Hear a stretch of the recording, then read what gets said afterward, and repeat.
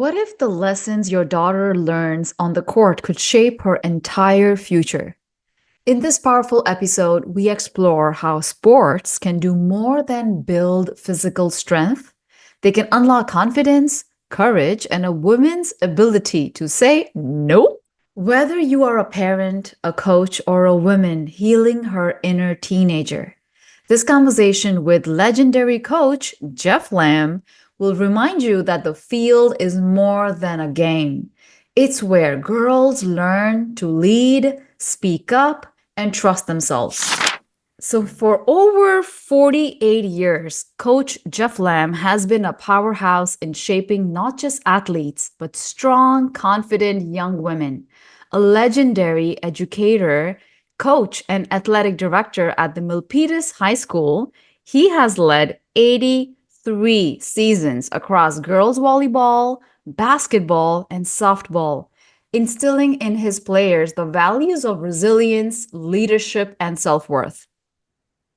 His unmatched legacy includes being named the California State Athletic Director of the Year, State Volleyball Coach of the Year, and receiving honors like the CIF Model Coach Award, Distinguished Service Awards, and the CSADA Sue Kamiyama Leadership Award. But beyond the accolades lies Jeff's true legacy, building spaces where girls discover their voices, learn to own their boundaries, and walk away from the court with the kind of confidence that changes lives. He is also the namesake of the Jeff Lamb Scholarship, awarded to student athletes pursuing careers in teaching and coaching. Welcome to the show, Jeff. Thanks, Dimple. Thanks for having me. I'm so excited that you're here today. First of all, I've already mentioned this, but some of you that do not know, I've had the honor of knowing Jeff for a few years now as my client, but truthfully, every minute I spend with him, I learn something new. He's become such a father figure in my life, and it means the world to me to sit down with him for this conversation. His wisdom, his heart, and belief in young women's potential is something the world needs to hear. So, Jeff, I'm super excited and nervous at the same time. Don't be nervous. I'm the one that should be nervous. Thank you. So, sir, tell me, when you look back on your 48-year career, wow, what moments made you the proudest? Not as a coach, but as a mentor. I think the things that help the most when someone does that is that when they come back and you get thanked, but you get thanked for helping you from young ladies. Thank you for helping me grow up. That's a big deal, because in high school they're going from, young girls to, young women. And so it's important that they have the right type of, I want to say, male role models in their lives too, so that they're able to accept the fact that you can say, because when we're coaching, we're not just teaching the sport. If we're doing it the right way, we're teaching a lot of skills. And so that's what we attempt to do. So actually, when you get those thanks that say, thank you for helping me grow up. And then several years later, every once in a while, somebody will send me something and they will email me and they will just say, hey, thank you again. And this is maybe 10, 15 years after they've gotten out of high school. And a few of them have even said they were, what was the right word? They go, well, we were scared of you. That's what they said. We were scared of you. And then what they would back up, they go, no, we were scared of disappointing you, which was a huge compliment. So those are the types of things that really mean more than anything else. Sports are fantastic. I wouldn't do it for that long if I didn't enjoy it. But it's the residual stuff that you get out of sports that really are much more important than any wins or losses. Thank you. And you also mentioned to me offline that it's been 48 years now, but you are going to work up to 50? Well, that's my goal. That's my goal. We'll see. We'll see if Wow. It's only 2 more years, so I should be able to do that. Oh yeah, 100%. I definitely feel, wow, 48 years already. I mean, it's a very big achievement. Especially in Silicon Valley, where people job hop every 2 years, every 3 years, and you've been staying in one career for so long. My My one of my other questions that I was curious about is why did you gravitate towards coaching girls sports in particular? Why not Oh, boys? it was accidental. It Oh. was truly accidental. When I first started coaching, I was coaching boys swimming and boys water polo, and Mhm. that I knew nothing about either one, but they needed a coach, and I'm one of those individuals. And we asked me to do it. Sure, I'll do it. Had to get some other mentors to help me with that type of stuff, and then I Uh-huh. was supposed to coach boys freshman football, and and what happened is that this is like late 70s. And at that time, education was cutting all kinds of money. So I had been gone for the summer for my summer job. I come back because I was only substitute teaching and coaching and doing all this other stuff. And then they said, "Oh, sorry, we cut the freshman football team." And so I did not have a coaching job, but my roommate at the time had literally put his resume out to a lot of different schools. And they called him, it was Saratoga High School called him at the time and said they were looking for a girls' JV volleyball coach. And I would just happen to be standing next to him when they made the phone call. And he could not do it because he had already taken a job coaching at another school. I go, tell them that your roommate will do it. So then he goes, my roommate says he'll do it. And so I went the next day and I got interviewed, and that's how I got the job. So and that was, so that's how I started coaching girl sports. Wow, that's an amazing story. It's really cool and it's like by luck you got this, huh? Well, yeah, sometimes I think in life things, I guess I think that's the way I've been very fortunate, is that things have just gone the right way so that Mhm. they end up being in the right place, even though sometimes you don't think that's what it's supposed to be. It's like, oh, I was supposed to coach football. I played football. I mean, I know all this type of stuff. And I had really only taken volleyball class. I took volleyball classes in college and enjoyed it. But, so but I got that thing, got the job. And then, I just delved into learning more and more and more. And then, obviously now I've been doing it for, well over 40 years. So why do I, how do I, so having coached the girls, especially back then, I found them much more receptive to coaching.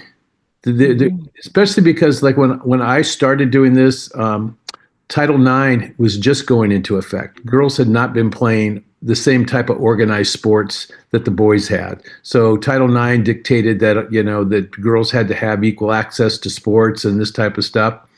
And so the girls were much more receptive to coaching because they didn't come in thinking that they know it all. So it was just, for me, it was just much more pleasurable, to be in that atmosphere because I enjoy teaching. I enjoy the teaching part.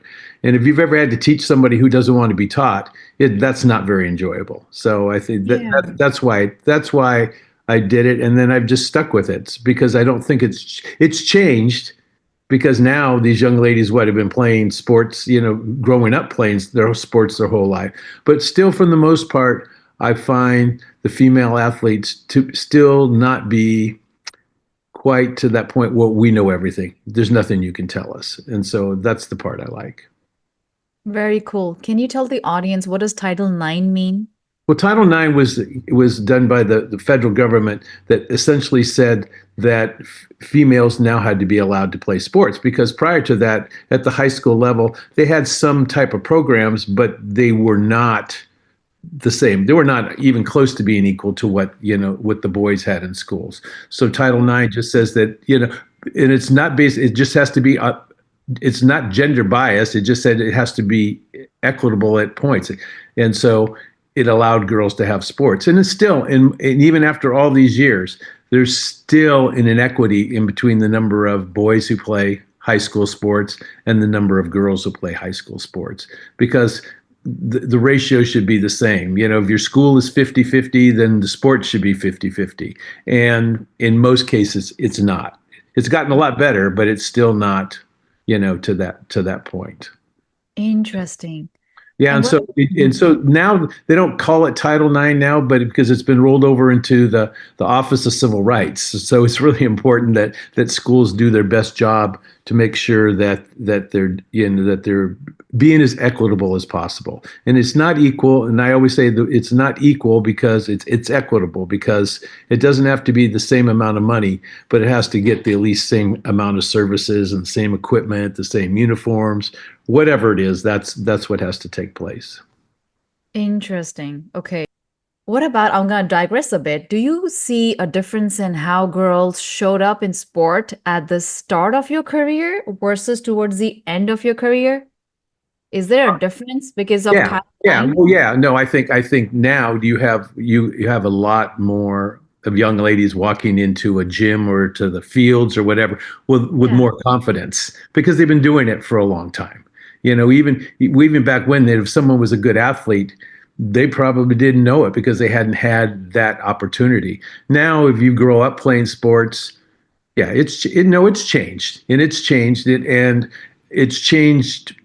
in some ways from the coaching aspect, not better, because now you start to act more like, I know what's going on, but it's better for them because of the fact that now these young ladies are coming in and they're playing sports and they have a lot more confidence in themselves. And some people, all you have to do is have confidence in some aspect of your whole life that can then carry over to the others, because many of us were shy or this type of stuff. Like I was very, very shy when I was younger, but I was always a good athlete, so I was always confident in that field. So I think if you have confidence in some field in your life, no matter what it is, you can make that carry over into other parts of your life. That's amazing because I was going to ask you about confidence. So, in your experience, how does playing team sports help girls build confidence in who they actually are? And it's different for everybody, and because Yeah. everybody doesn't progress at the same rate. And Mhm. I think th- one of the huge things about playing team sports is it's not just about you. It's Right. it's not Yes. just about you. It's about the team, and you have to learn that. You have to, sometimes you have to learn that no, it's not about me. It's about the team, because you don't win or lose as an individual. You lose and win and lose as a team. Now, Mhm. within that, there's the players who are really good. There's the players who are good or average, and then there's some that aren't as good. But the important part with that is that if everybody needs to find a role within the team, and everybody should be a leader in some aspect if they really want to be part of the team. Even if it means you're the best cheerer on the bench during the game, that's a role that you can take on. And I think team sports teaches you that you have to contribute. As we Mhm. always say in the team sport, you're only good as your weakest link. So you're only as good as the weakest player on your team, because they're going to play, and so you want everybody to be going in the same direction. You want everybody to be getting better, but you want to take those who are near the bottom and get them closer to the middle. And then you don't really have a bottom anymore. You have there's always a bottom, right? And there's always a top, but it's a lot closer. And that's what you want. You don't want a big discrepancy in skill levels, no matter what the sport is. Mhm. And you also mentioned you were a shy kid and then you came into sports. So basically, you became an athlete. Could you tell me a little bit about when you were shy and then you entered becoming an athlete? How was that for you? Because my next question kind of ties into your story. Well, I was shy until I was an adult. Yeah. Really? So playing sports was not. I was very confident in that area. I wasn't a. I was a very good athlete in all kinds of sports. I was never great in any of them, but I was good in most Mhm. all the. So I always had that level of like, well, I'm good, right? I can do this, and I knew I was good. I knew I could jump high, I could run fast. I mean, these are things that and it's not even being conceited. It's just yes, that is what it is. And then it took me a long time, though, to bring that into my personal life as an adult. That I was just very quiet. The thing that when I think back, more people saw leadership skills in me than I saw in myself. But Mhm. because of that, then I got forced into or requested to do things that put me in leadership roles, even though I was surprised that anybody wanted me to do it. And after a while, it just helps you, because it's like anything. Because people would see me now and they go, "You're shy? You got to be kidding me." It's like, Yeah, "Oh, I can't believe it. but I was, but you learn not to be." So I think it's like anything. It's like, and once you do something and you've done it, and now you're successful doing it, Mhm. well, now you're not anymore. So, so when I Yeah. have to go and do, I used to have to be asked to MC volleyball banquets for the state and this type of stuff, and I'm going like, whoa, I was nervous as heck, but I did it. I lived, and it went okay. So the next time you do it, it's not so bad, So, and I think that's what happens. So it's not something that went away right away, but I think what happened is because I was good at sports and I was a decent student. I wasn't a bad student. I was a good student. Once again, I wasn't a great student, but I was a very good student. I think knowing that you can be successful in parts of your life then carries over to other parts, and so it's not always something that's right there. I've had young ladies who want to be who don't want to be leaders on the team because they think they have to say something, and we just try to tell them, well, it's not. Sometimes you don't have to say anything; it's your actions. If you're the best player on the team, but you work the hardest and you do all the things, you don't even have to say anything. Other people see that, and that's Yeah. really important. And so we always say in sports, if you want to be a great team, then your best players are the ones who are the hardest workers. They're the ones who are doing everything. If your best players are doing everything they're supposed to, then nobody else can sit there and say, "Well, I can't." And it's one of the things I learned after a while. So a lot of because we're doing high school. So they're coming in as freshmen and they're 13 or 14 years old, and then they're leaving high school at 18 years old. And so the freshmen will come in and then they see the girls who are playing, who are like on the varsity level and are pretty good. And they're really intimidated. And then after a while, you go, they all look like you when they started, And so and so I think it's that part that you can sit there and say, no, one day that could be you, and one day, if you work hard, that you're going to be in that same place, and those same freshmen are going to come in and look at you and go, oh my gosh, look at Mhm. them. And it gives you something to achieve to, and to set your standards. So that could be a double-edged sword, because of the ones that you're at your top level let's say, are not the best, and are not the hard workers in this type of stuff. Then that can lower your standards. So as a coach, you have to make sure that you remind them that they are role models, and that that other people are watching them. And it's the same thing as a coach or a Mhm. teacher. Whether you want to or not, you are a role model. People look at Yeah. you, they expect you to do the right things. It doesn't mean you don't make mistakes, because everybody makes mistakes. Oh, But yeah. yeah, I just made a mistake in the beginning of this podcast, and Jeff knows about it. but but but making mistakes is not Mhm. a sign. It's in fact, when you make a mistake and you admit mistakes, people are more receptive to that. And so Yeah. it's one of the things. I was very cognizant of it and still am. I sort of have to walk my talk. I can't sit there and say, yeah, you do this, and then I do something different. Mm. And even as an athletic director with all of my coaches, I had to make sure that if I'm asking coaches to do A, B, C, and D, then I better be doing A, B, C, D, and E. I have to do more. I can't do less.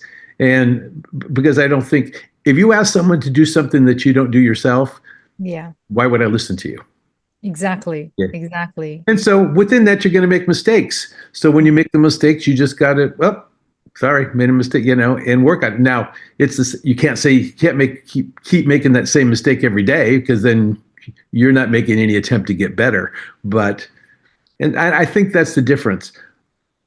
And in coaching of all this time, I have Mhm. never rested on my laurels. Like, I don't know it all. I don't even think I know it all. And you can always get better. And in everything, you can always get better at what you're doing. And I think that's the key part to life, is that always try and get better.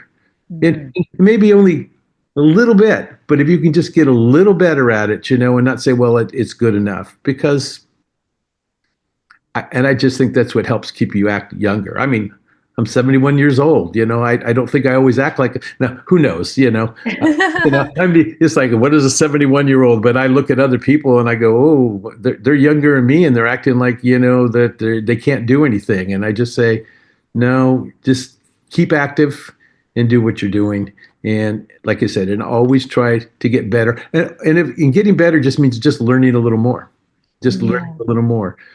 And so that's amazing. That's amazing coming from, an athlete, a former athlete and a coach, because that brings me to my next question, which is, can you think of, and here is, you were a shy person and then all of a sudden you went, into becoming a coach, and it happened by accident for you, but can you share a story, if you remember, of any girl who came in shy or unsure and completely transformed through sports? We would love to know that. I don't know that I have a specific one. Sure. But there's a lot of them that they come Really? in. There's a lot of them, sure, because they come in and they're timid. You can watch. It's funny. We learn after a while when someone walks, like it was volleyball and basketball, because I was always in the gym. So and they walk in the gym and you go, oh, that person's an athlete. You could just tell whether they were an athlete or not just by the way they carried themselves. And there's some that come in and they don't have that yet. Can you give us an example? Like how do you know as a coach? Okay, so I can think of some of the freshman girls. They come in and it's their first time there, and the way they're dressed. Just the way they're dressed. They're not dressed like I'm ready to go play volleyball. Mm-hmm. I'm ready to. They're just. I remember. When you were doing all the stuff with the leggings and all this type of stuff, and you come in to play sports and that's how you're dressed, and you're just going like, what are you doing? But okay, but you can't say it that way. And that's, I was always very cognizant of not making fun of someone for the way they dress or how they look, just because I would be mortified if someone did that to me. So I wouldn't do it to them.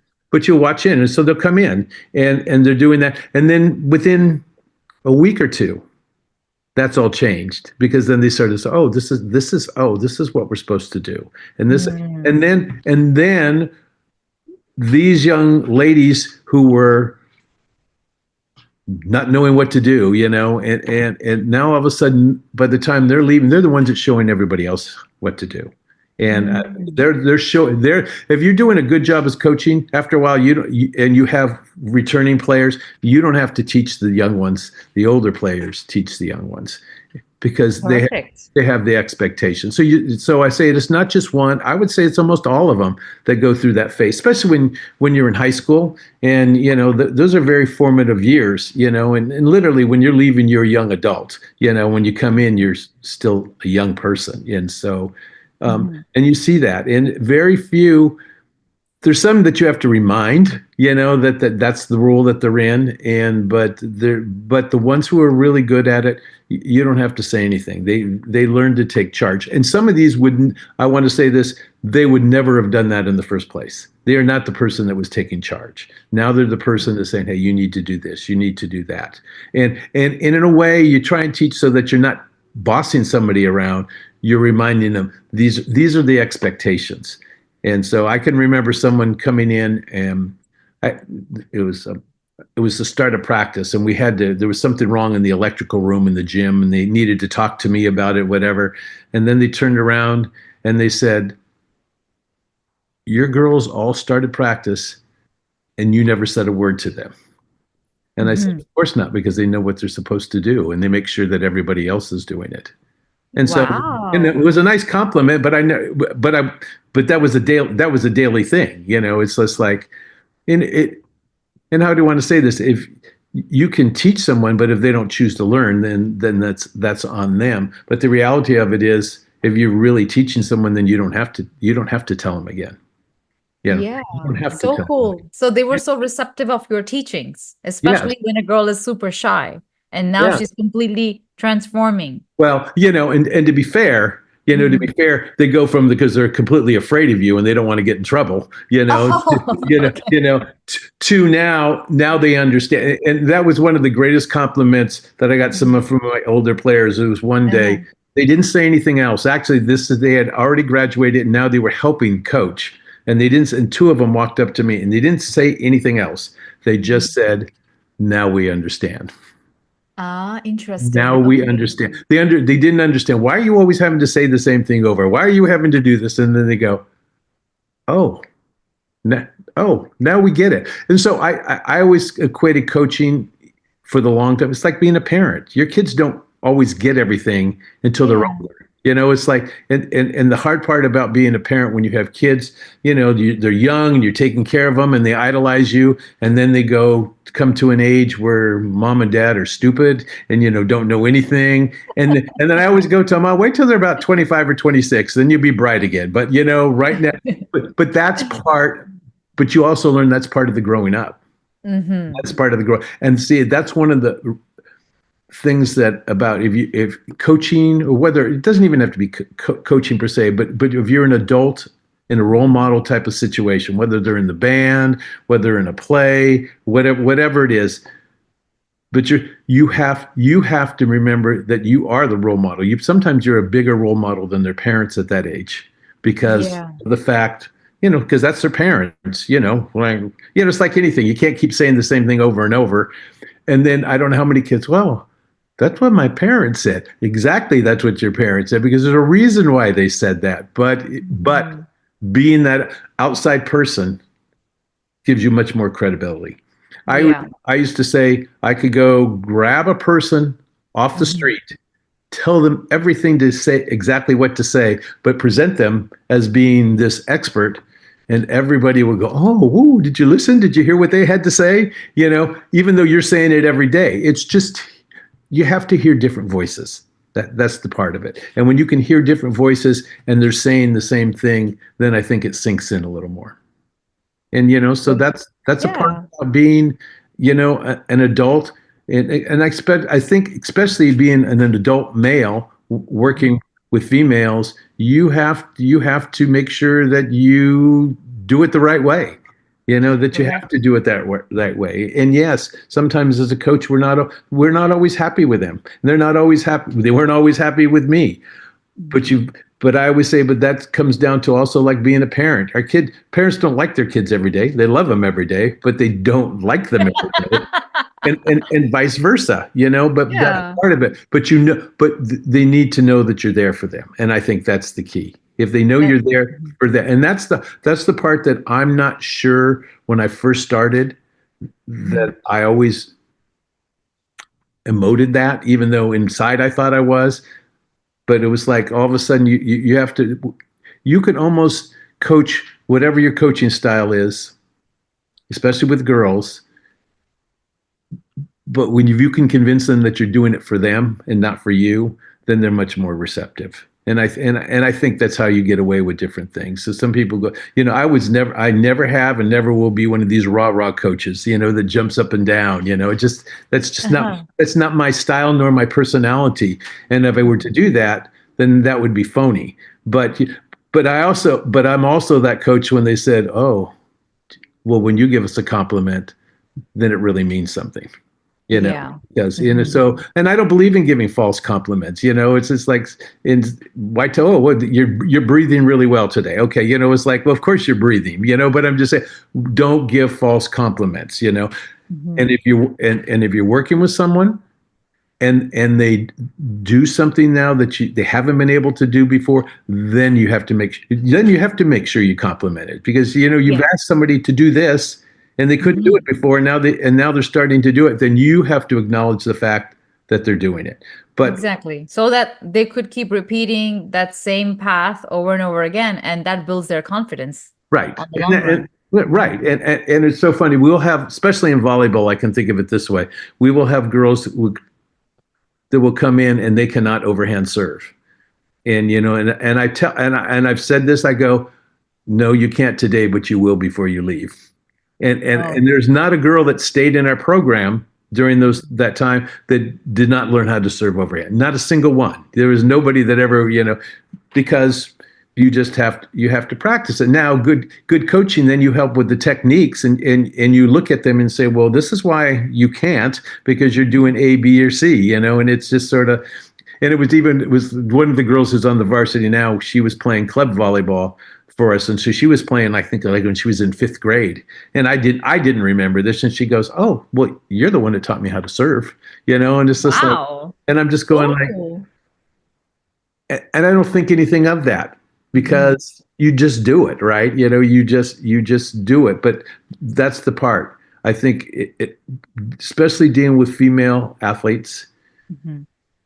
you have to be honest and you have to be consistent. If you're honest and consistent, no matter what your personality are, they're going to be much more receptive. And I don't even know, but I don't know that that's true with boys. It's just like, because boys, I think sometimes they try to break them down to build them up. And I Mhm. found out that doesn't work with females. Yeah, It doesn't to break doesn't. them down. No, but you have to learn this after to break them down doesn't make them better. Because as a male athlete, you said that to me, I would go, I'll show you. I'll show you. Exactly. I mean, that's Yeah. exact. And That when builds up your ego for like a guy, but for a yeah, girl, it really, diminishes her self-esteem. well, and that was one of the things that you learn is like, oh, well, now you can tell them, and that's why even when you have to make sure that you sandwich it in, say something positive, then you can say the negative stuff, and then you better say something positive again. Positive. Just and that's for everybody. But I'm just saying, but it's even more important with female athletes, and I think it's Mhm. even harder for female athletes um, being on a team with other females because now they have to rely on other females, and Mhm. it's just a different dichotomy, that you have to remember. And so coaching females, it's always important as coaches that we have to remember that the relationship between your team has to be important is more important than on boys teams. Interesting. Two Okay. guys don't two guys could play together and not stand each other, but if Yeah. within the competition they're gonna play together. You have two girls that don't like each other, you're gonna be in big trouble unless you Really? figure, yeah, because it's like I can remember going to my 50th high school reunion. 50th high school reunion, and someone's there. Uh-huh. And they say, "Well, I don't like her because she said this back when she was in high school." I mean, that's like 50 years ago, Oh my God. and but but it gets but it's because it's harder to let go. It's just Hmm. harder to let guys can let it go. The guys can go, swear at each other, and it's over with. I agree. Girls, it's very hard for us to let go.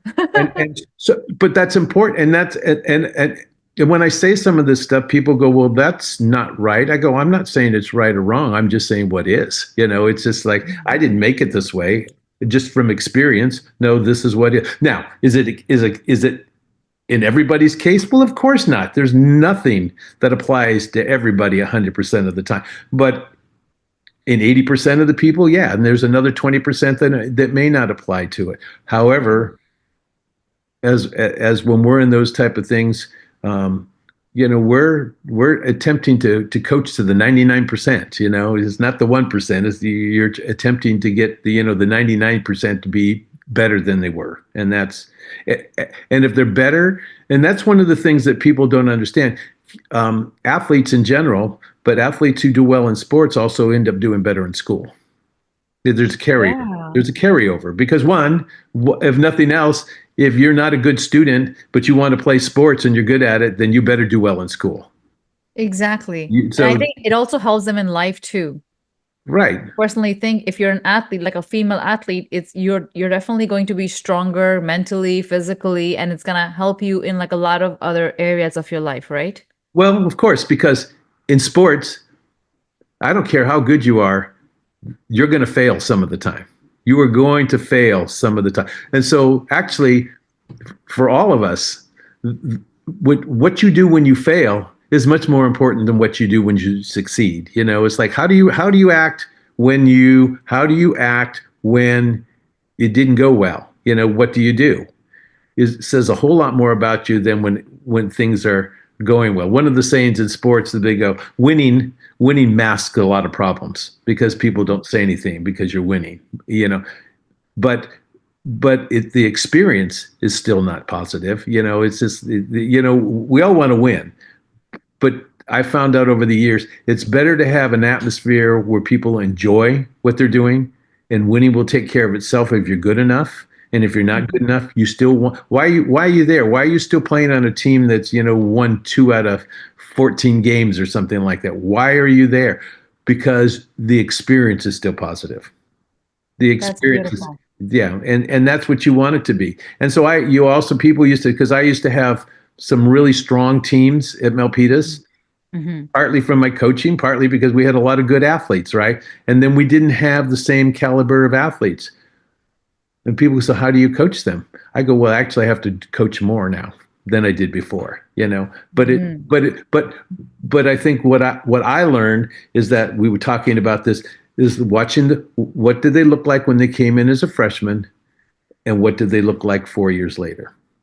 That's awesome. So And so you see, and yeah. you watch it. Well, they are so, even if they as individuals skill Mm-hmm. wise are so much better, but also they've grown up during that time. They're not doing the same things. They're not afraid, and they're not afraid to make mistakes, because if you're afraid to make a mistake, then you're going to make a mistake.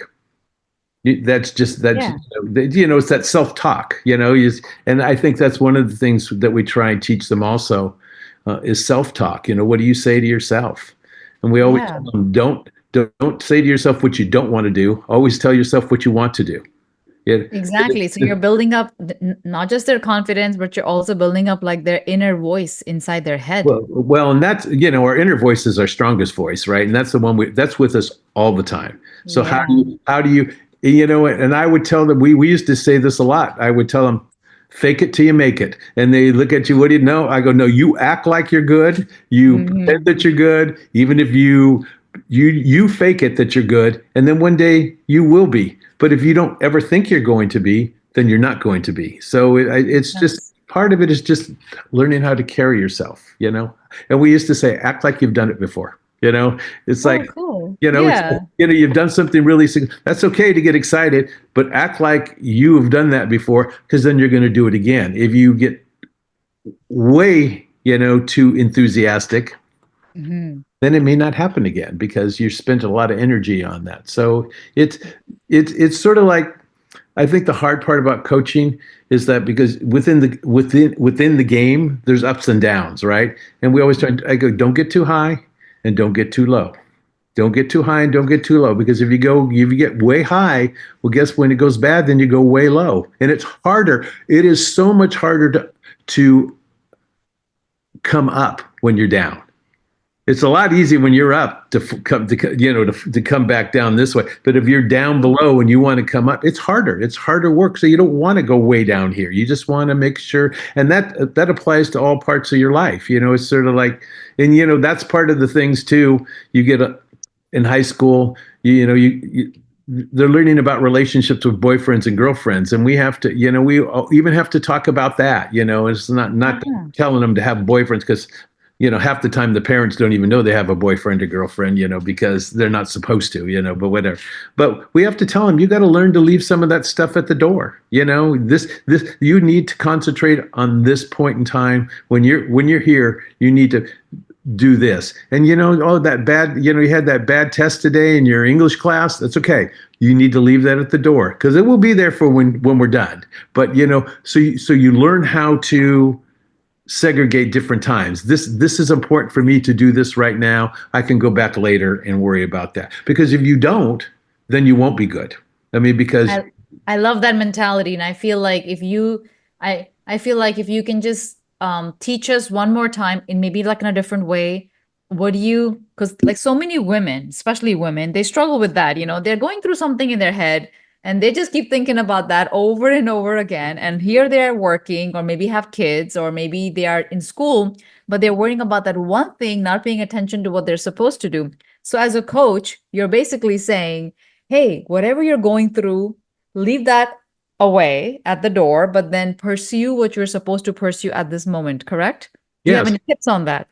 Yeah. Well, you have to remind them. I mean, that's part. I think you have to have someone Mm-hmm. there to remind you to do that. Mm-hmm. And it's sometimes I think you need to have that person, like a coach, check in with you. And I will say this: no matter how many kids are on the team, I would speak individually to every single one of them every day, even if it was only 15 seconds. but Wow. they were recognized as an individual every single day. And I think that's really important too, because if we're a team, then you all have to be important. It can't be just your best players are important. They all have to do that. So sometimes it's just checking in, and sometimes you can sit there and see, hey, what's going on? Because it's easy to sit there and say that, oh, leave it at the door. Well, that's nice, but the reality of it is we're all human beings, and we do have other stuff going on. And I had to tell the girls some days we'd come in, I go, hasn't been a good day. You better be better. I would let them know. You need to be on your best behavior today. And just saying that changed my behavior. Yeah, because you're acknowledging what you're feeling. So Yes. it doesn't, that's amazing. And- Sir, we're almost close to our time. I have okay. one last question for you. If a girl who's listening right now and feels like she's too quiet or she's too emotional or too unsure to be a leader, what would you say to her? First off, just take simple steps. Take simple steps or things that you're good at. And Mhm. and take that one step. You're not going to go from because we all and I would say this because we all can be leaders at something. We all can be leaders at somebody. Some people are going to be your leaders because they're the most talkative. Some people can be the ones that fire people up, more. But find something that you can be good, take that responsibility, and we will do this. So, it's like, so, all right, what are you going to be responsible for? Well, I'll make sure that I'm not playing, but I'll make sure I'm leading cheers when we're not playing. Something simple as that. But when you do that, and then you see other people following you when you're doing that, you go, oh, I can do that. And so I think it's not, you just take little steps at a time, and then it's like I even said to myself, I know why I was shy because I was not confident in myself. But Mhm. the whole thing is like all of a sudden, would you become confident in other things? And then you can go, oh, well, I can change that. And if you don't like something about yourself, then work on changing that. And one of the ways that I help, and I just use an example of myself, and being shy, I learned to walk and make eye contact and say hi to people. Just say Nice. make eye contact. Now I'm the shy guy, but now I'm saying hi. But I had to do that on purpose. I mean, it didn't just happen. I had to sit there. Okay, try, so say hi to everybody that you make eye contact with, That's and I still amazing. do that now. If I make eye contact with someone now, even I'm walking down the street, I try and make eye contact, but because I want to see other people who will and won't do that. But I think that's the thing. So do something that you're good at, and then take that next little step what you're not good at, because we can't just stay wherever just that little bit. But if you just go a little bit, and it's not going to happen, and understand it doesn't happen in a day. It doesn't happen in a day. I could, Mhm. this is another quick story. I'm sorry. The Yeah. girls were having a problem with another girl on the team, and I said something to them and said, well, you need to talk to her, not me. You need to talk to her. Okay, so they did. And then they come back to me and they said, well, she's doing it again. I go, did you talk to her? Yes. I go, how many times? Well, once. And I looked at him, do I have to say everything to you only one time? Amazing. And they looked at you. I go, how many times do I have to say the same thing over and over again? Over again. And That's over right. again, because people don't do certain things on purpose. They just have to be constantly reminded. And I Yeah. and I used, one of my sayings with them when the things aren't going well, if you don't want me to say anything about it, then don't do it. And then Correct. work at not doing it. So, but that's the part, you have to have that patience. So some people, there's different types of patience. There's a person, yeah, I go, no, to me, the patience is, as coaching, is that you're willing to do it over and over and over again until it's, Wow. that's, and you have to do it in different ways. Some days you're more vocal, or, a little more energy, but you still have to. And then if you do that, then the next time you can go, hey, remember what we talked about? And I think that's one of the things I find females to be just more receptive to that. So rather. repetition is what you're recommending, and you're also recommending being consistent at it every day, even if you're doing like a little bit every day. Yeah, and if you step fall, nobody's perfect, and it's we always talk about, well, it's two steps forward and one back, but two steps forward and one back, you're still going forward, you know, you're still always going forward, and so that's the way you have to look at it. And now if it's one forward and two back, that's we're going to need to change things, but don't expect everything to keep going forward and up, because that's not the way. And it goes forward and up, and things plateau. And then That's amazing. sometimes you have to do some new things where you do take a step back, but to let yourself go back up again. And so just understanding that life is not on this perpetual going up. Mhm. That would be nice, but that's not how it is. But also when there's setbacks, how do you react to that? How do you react to that? Amazing. And it's like, you know, my wife Leanne and I, we've been married for a long time. Every day is not perfect, but we're, but it's still going in the right direction, but you still have to work at it, but that's relationships. And, we always make fun of marriage and this type of stuff. The reality is that's the way it works in real life too, with other people. Exactly. We're not always going to be on the same page or like each other, but one of the nicest compliments I had to someone said to me, there was somebody that a lot of people, and I said, well, I get along with them. And they go, Jeff, you get along with everybody. Everybody. That's amazing. Thank you, but, sir. but but I never said I didn't like them all. I just said I get along with them, So I think that's the key. Get along with people you don't even like. Wow. We have so many amazing nuggets that Jeff has shared in this one podcast. He talked about confidence. He talked about get better every single day. He talked about how you can use your skill set from if you are in sports or not, and then use them towards life. And he talked about so many other things. So I thank you so much, Jeff. I would say Coach Jeff Lamb. Thank you so much for being on our show. It's amazing. Salutations to you. Is there any way our audience can reach out to you? Would you like me to add your LinkedIn profile under our show Sure. notes? So whatever you would like to do. I feel very privileged that you even asked me to do this. So yeah. Oh, it was my honor. Pleasure is all mine. Thank you so much for coming on our show, sir. You're welcome. Thanks, Dimple. Really appreciate it. Thank you. And for all of our listeners, always remember metamorphosis, not medication. And namaste.